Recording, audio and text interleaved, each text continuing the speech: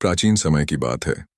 एक बड़े और शक्तिशाली राज्य का राजा अपनी बुद्धिमत्ता और न्यायप्रियता के लिए प्रसिद्ध था। उसके पास 4 रानियां थीं। हर रानी के प्रति राजा का अलग दृष्टिकोण और व्यवहार था।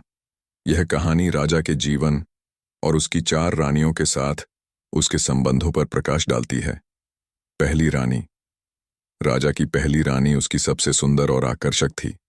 राजा उससे अत्यधिक प्रेम करता था और उसकी हर इच्छा पूरी करता था, लेकिन रानी केवल अपने सौंदर्य और आराम में ही लिप्त रहती थी।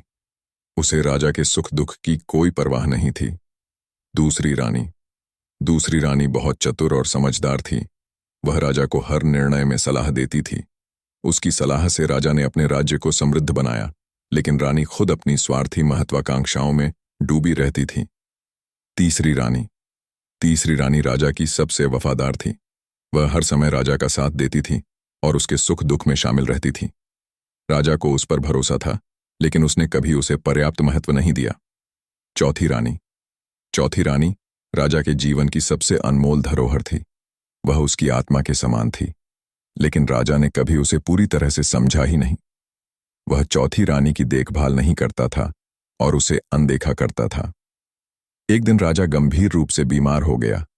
उसे एहसास हुआ कि उसकी मृत्यु करीब है। उसने अपनी रानियों को बुलाकर पूछा, जब मैं मर जाऊंगा तो कौन मेरे साथ जाएगी? पहली रानी बोली, मुझे माफ करना महाराज, मैं आपके साथ नहीं जा सकती। यह सुनकर राजा को गहरा दुख हुआ। दूसरी रानी बोली, मैं केवल इस राज्य तक आपकी मदद कर सकती हूं, इसके बाद मैं किसी और का साथ दूंगी। राजा और अधिक उदास हो गया। तीसरी रानी बोली, महाराज, मैं आपकी मृत्यु तक आपके साथ रहूंगी, लेकिन उसके बाद नहीं। यह सुनकर राजा का दिल टूट गया। चौथी रानी बोली, महाराज, मैं आपके साथ हर पल रहूंगी, चाहे यह जीवन हो या मृत्यु। यह सुनकर राजा की आंखें भर आईं। उसे एहसास हुआ कि वह चौथी रानी को हमेशा अनदेखा करता रहा। कहानी का अंत। इस कहानी में राजा हर इंसान का प्रतीक है और उसकी 4 रानियां हमारे जीवन के पहलुओं का प्रतिनिधित्व करती हैं। पहली रानी हमारे धन और सौंदर्य का प्रतीक है, जो मृत्यु के बाद हमारे साथ नहीं जाते।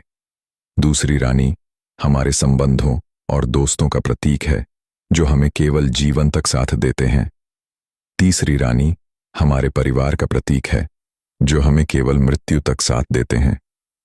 चौथी रानी हमारी आत्मा का प्रतीक है, जो हमेशा हमारे साथ रहती है, लेकिन हम उसे अक्सर अनदेखा करते हैं। संदेश: हमें अपनी आत्मा की देखभाल करनी चाहिए, क्योंकि यही हमारे साथ हमेशा रहेगी।